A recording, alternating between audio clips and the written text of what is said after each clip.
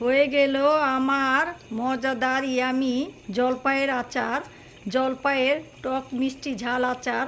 আর এই আচারটা আমি কিভাবে বানালাম সেটাই আপনাদের সাথে আজকে শেয়ার করা। তো চলেন শুরু করি।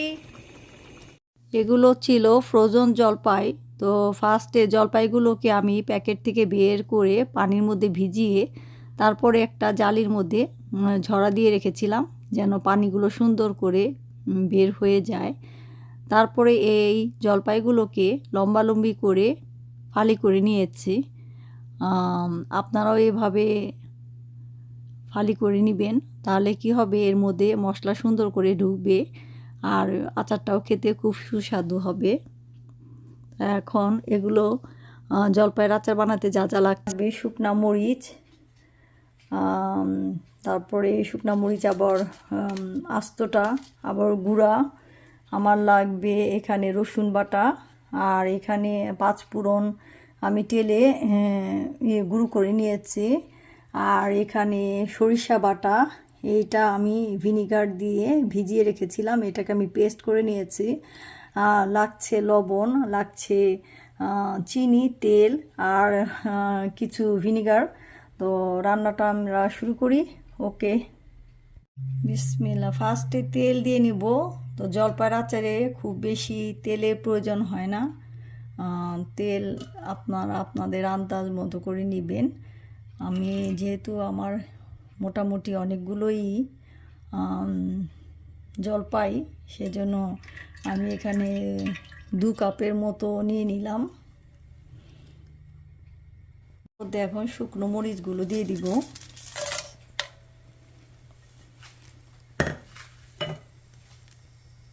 দিয়ে দিলাম তেজপাতা আর গরম মশলা।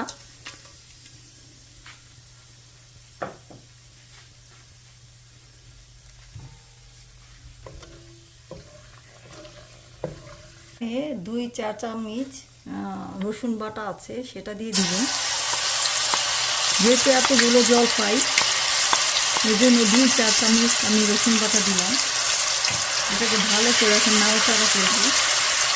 জালটা মিডিয়াম লো রাখবেন যেন পুড়ে না যায়। এখন এর মধ্যে দিয়ে দিব সরিষা বাটা,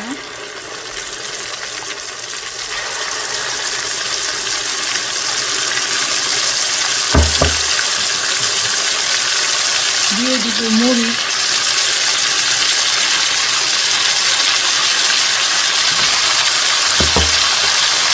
দিয়ে দিব লবণ,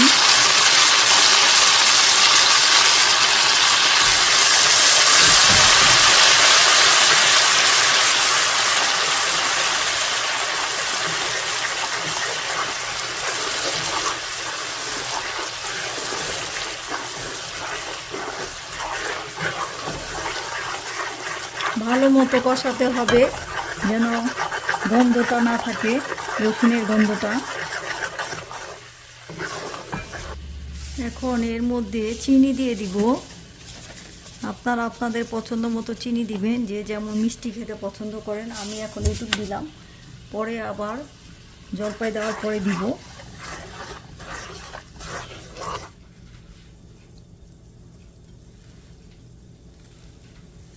এখন জলপাইগুলো দিয়ে দিলাম।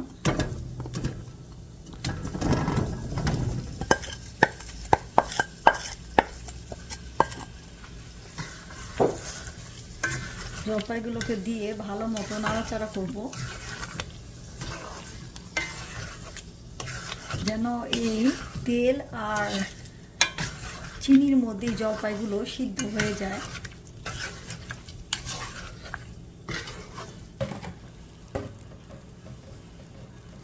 অল্প 5 ফোড়ন দিয়ে দিব।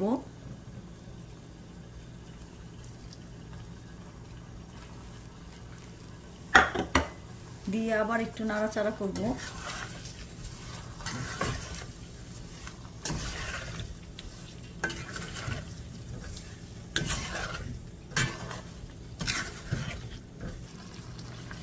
জলপাইয়ের আচারকে সবসময় ভালোভাবে নাড়াচাড়া করতে হবে।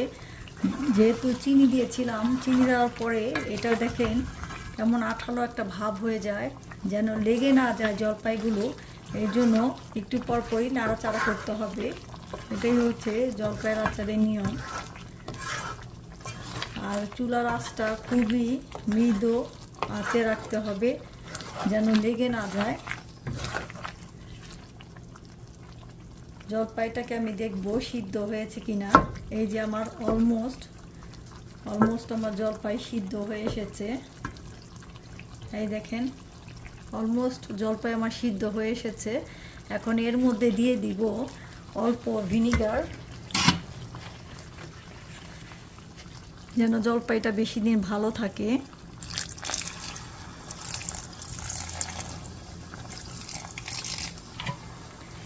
আর দিয়ে দিব